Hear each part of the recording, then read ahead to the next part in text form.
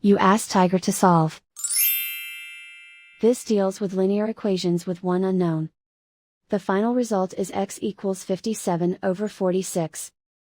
Let's solve it step by step. Group all constants on the right side of the equation. Add 7 to both sides. Simplify the arithmetic. Convert the integer into a fraction. Combine the fractions.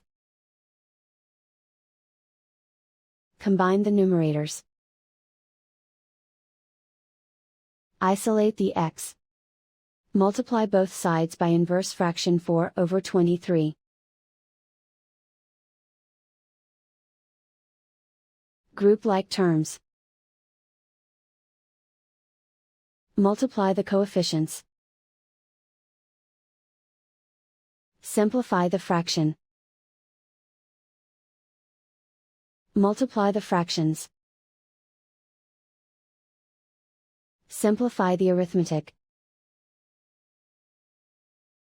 And so the final result is x equals 57 over 46.